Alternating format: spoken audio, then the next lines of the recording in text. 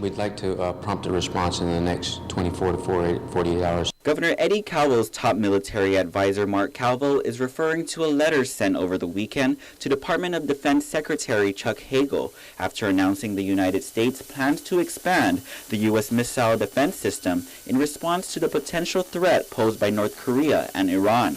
The reason that we're doing what we're doing and the reason we're advancing our program here for Homeland Security is to not take any chances, is to stay ahead of the threat. It was back in December when North Korea launched its third nuclear test, which resulted in a new set of United Nations sanctions. This then led to North Korea threatening to launch a nuclear attack on the United States. Hagel told reporters North Korea has engaged in a series of irresponsible and reckless provocations, prompting the U.S. to add 14 missile interceptors to its defense system in Alaska and California by 2017. Additionally, he announced the U.S. will partner with Japan to deploy an additional early warning advanced radar system there. Currently, there are already 30 interceptors in place along the U.S. West Coast, and with the most recent DoD announcement, island leaders are asking, what about Guam? Military Oversight Chair Senator Frank Uggan Jr. also fired off a letter to Hagel and Congresswoman Madeleine Bordallo. We are the westernmost American soil here.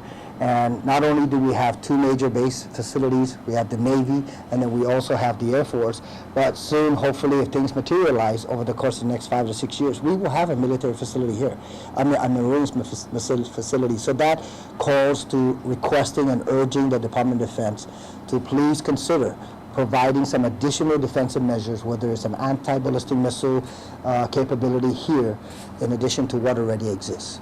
Prior to leaving on his trade mission to Vietnam, Governor Calvel penned a letter to Hagel requesting that he provide information about whether Guam is protected, saying, quote, I hope that in your every pursuit to protect our nation and its allies from the darkening clouds of aggression forming in Asia, you will consider Guam and other Pacific territories, that you will consider us as much as part of our homeland as Honolulu, New York City, or Washington, D.C., end quote. We want to give them the benefit of the doubt that, in fact, they do have adequate defenses, air defenses on Guam, and not so much